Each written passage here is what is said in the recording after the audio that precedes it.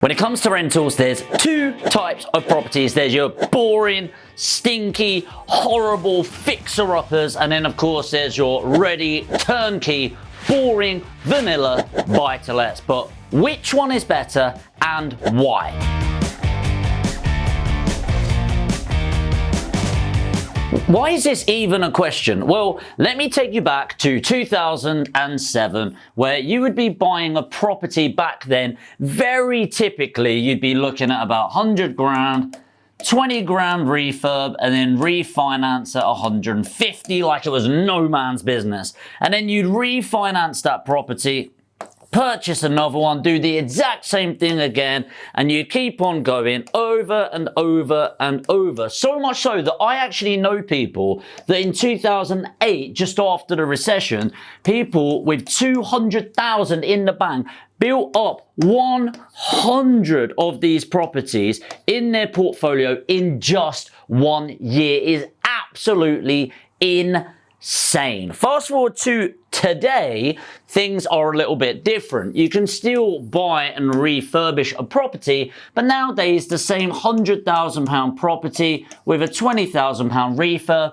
might end up refinancing at £135,000. Now, I'm not saying there aren't insane deals out there. Of course, the longer you're looking, the more of these you will find, but they are diamonds, needles in a haystack, whatever else you want to call it. And today we want to understand, does it still make sense to do a BRR, buy, refurbish, refinance, or should we just stick to the boring, vanilla buy-to-lets? The best way of looking at this, in my experience, is with a worked example, starting with this beautiful piece of art. So on the one hand, you've got this gorgeous, perfect little property, nice little garden path, a wonky garden path, and let's assume it's 100,000. Now the numbers I put here is because they're just very typical of a buy-to-let.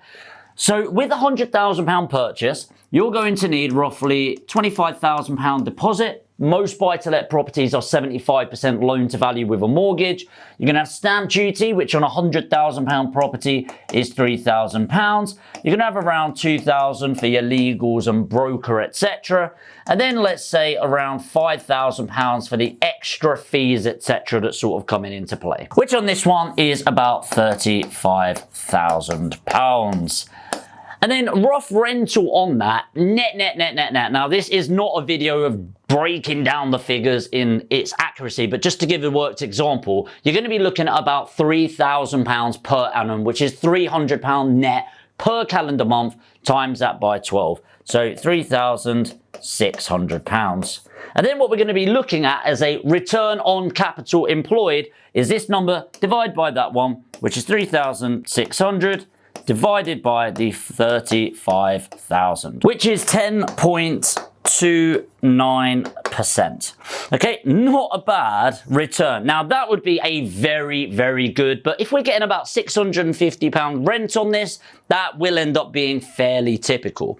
Now, if we look and bring this up into a BRR, which again, let's assume it's a slightly less happy looking house on this, and we end up doing the exact same numbers, this would be something a little bit more like this. So we're going to assume a purchase price of 80,000 on this. We're going to have a refurbishment of about 20,000. You're going to have 2,400 for the stamp duty, 2,000 for the solicitors, insurances, etc. And you're going to have around £5,000 again, just taking account of those additional fees that end up coming in, which if we total that up is 109,400. So with a buy, refurbish, refinance, that is going to be purchased in cash. So obviously we don't leave it there, we then refinance. Now when you refinance, you typically refinance, same as a purchase, at 75% loan to value. Now obviously we put a load of money in this, so we're going to expect an increase in value, but it's not as significant as you think. So we're probably going to refinance a new valuation of 115,000. We're going to pull out 75%, which is 86,250 pounds, which is leaving in 23,150. Okay, this is the main one we're looking at. How I got that, by the way, is I got 109,400, which is the cash in, minus the refinance money, which I get back 86,250.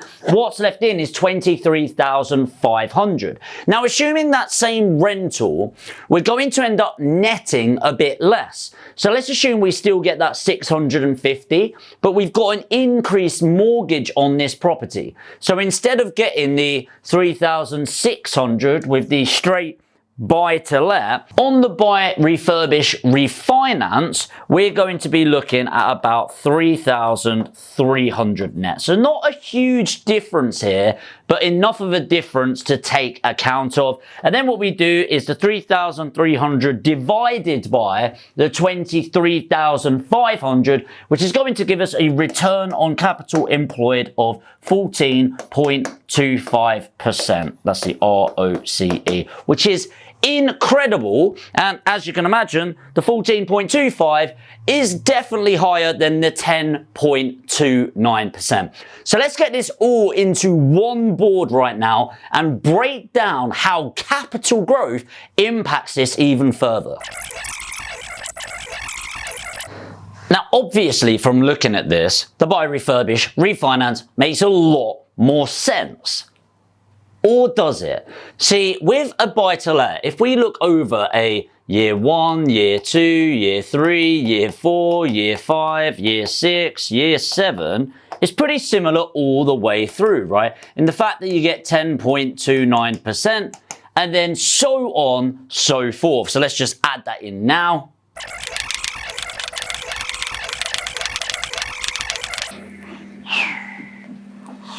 Which adds up over the 7-year period to 76.3%. But when we look at the buy, refurbish, refinance, it's not quite the same. Now, I've put the same figures up. So the purchase price, cash in, the net, the return on capital.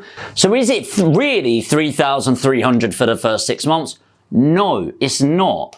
The reason for that is the first 6 months of owning a buy, refurbish, refinance, it's going to be vacant. It's going to be empty because you're going to need to get your team in there to do the £20,000 worth of works on this property, as an example. So for the first 6 months, not only are you not getting that, so we need to divide that by 2, which is 1,650.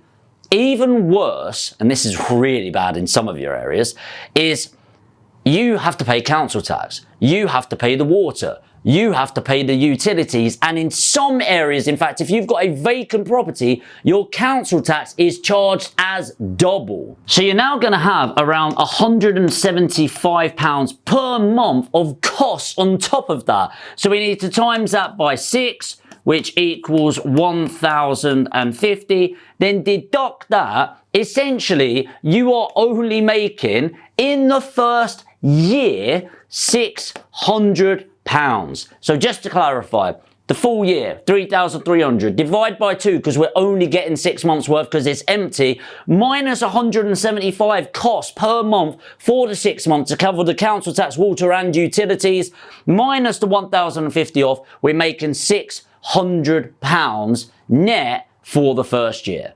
So if we end up doing the 23,150, and if you notice, yes, I did originally write as 23,500, my bad, carry on please. Divide that by the 23,150, you'll find that year 1 is a staggering 2.6%. Not exactly the worthwhile investment in property that we talk about, right? Not very exciting. Now, of course, year 2 onwards, we're then going to get our 14.25%. Let's go over the 7 years again and see how we compare.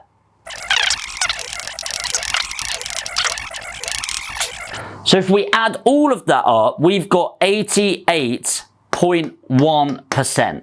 So over a 7-year period, it makes sense. But let's have a look at this. When does it really become worthwhile? Is it in year 1? No. Year 2? No. Year 3? No. Year 4? No. Year 5? Sort of. And if you do the calculations, up until year 5, you are still worse off in the territory of owning this buy, refurbish, refinance compared to the buy to let. Only in year 6, which is where we get to the end of that at 73.25%, does it start to get better than a boring vanilla buy-to-let. Definitely worth taking account of, but it depends how long term you think you need to be thinking and how much money you're actually going to be making. Now let's jump into today's video sponsor, LENDLORD, to look at the capital growth. The reason I like using LENDLORD is it's a free piece of software. By the way, if you want to follow along with me, the link is in the description. Download it now, easy and free, and you can follow along with me. But what I like doing is understanding the long-term impact of getting your money out sooner, and this is where the results really start shifting. Let's jump in. So let's take the first property and just put in 100,000. Now, as you can see on this, you can put in so much additional information in terms of the stamp duty and everything like that as it's coming through. But what I want to look at is just how the impact of the capital growth comes into play. So what I'm going to do here is I'm just going to put the annual rent appreciation at 0. Inflation at 0 because I don't want to factor that in for now, and I'm going to put this at a conservative 5% annual property appreciation or capital growth. The reason for that, by the way, is the national average is 7.9% over the long term, and so 5% is a really conservative figure that we're going to be looking at.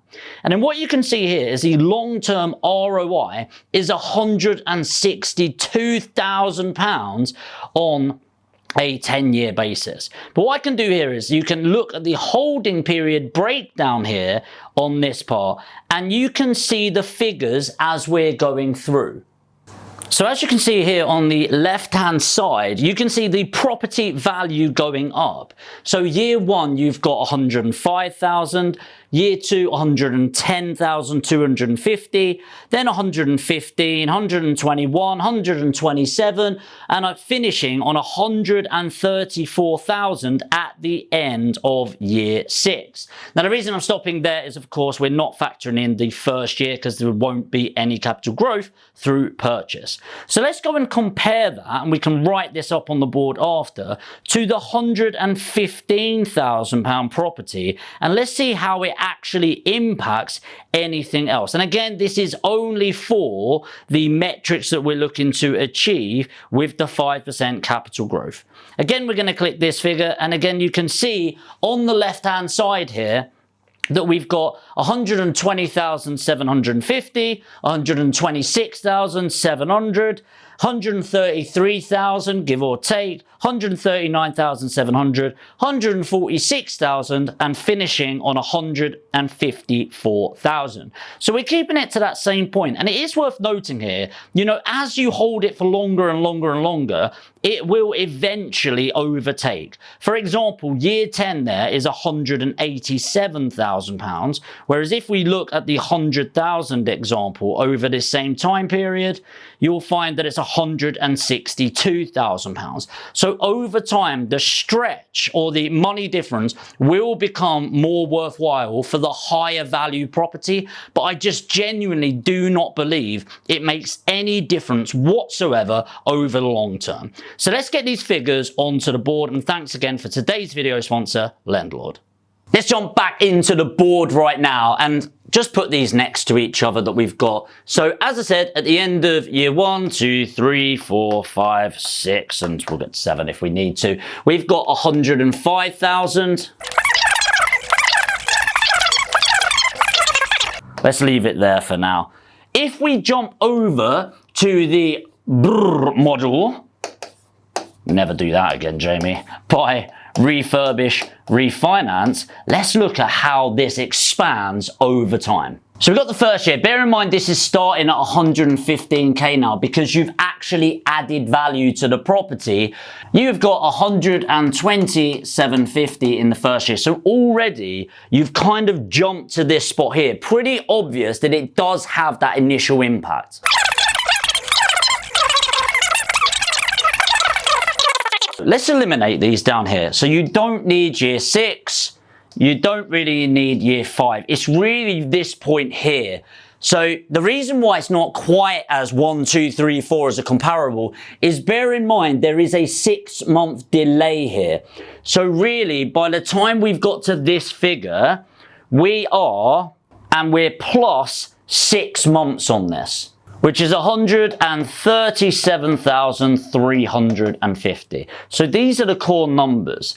So really, we're comparing 4.5 years to the 6-year mark of what you'd achieve, or the 4.5. So we're going to be about here where we're hitting. So again, if we look at those midpoints, let's say 125,000 between these two and 139,000 end of year 4.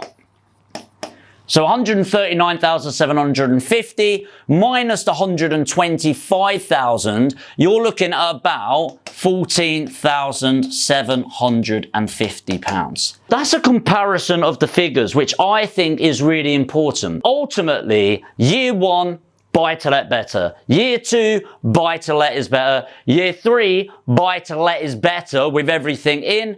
And at year 4 is where it really starts to get better for me.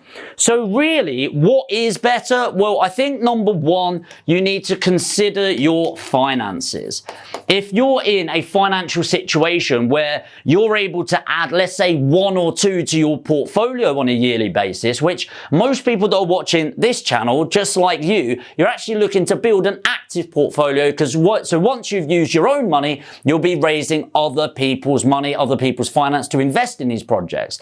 Number 2, you're going to want to think your time and get your time involved in this. Have you got the time to get the build team involved? Have you got the time to oversee a management of a project? Or are you really looking for a set it and forget it? The next thing and final thing is, what's your skill set? It's all very well and good saying, yeah, I've got the money and I've got the time. You need to actually know what goes into this. You need to find the team and put them together. You need to do your quality checks on them. You need to know, how do you actually find a credible team in order to put this together? Now, my opinion, for me only, is I value my time over everything. And so for the extra few pounds or thousands of pounds over years and years and years and years, just isn't worthwhile. So for me, and this is me personally, I am all about the boring, vanilla, buy to let property. Buy to let. But this isn't just about me, it's about you. I would love to have your opinion. What do you prefer? Buy to let properties or buy, refurbish, refinance? Based on the deal that I've gone through today, which would you buy and why? Let me know in the comments. If you're completely new to the channel, by the way, and you want to find out more about property investment, make sure to hit the subscribe and the notification bell. And if you got value from this video, make sure to lightly destroy the like button, and make sure to download LENDLORD, which is in the link in the description. It's completely free, and today's video sponsor. I want to give a massive shout out for sponsoring this channel and allowing me to put out more videos just like this. Hit the like and subscribe, and I'll see you in the next video.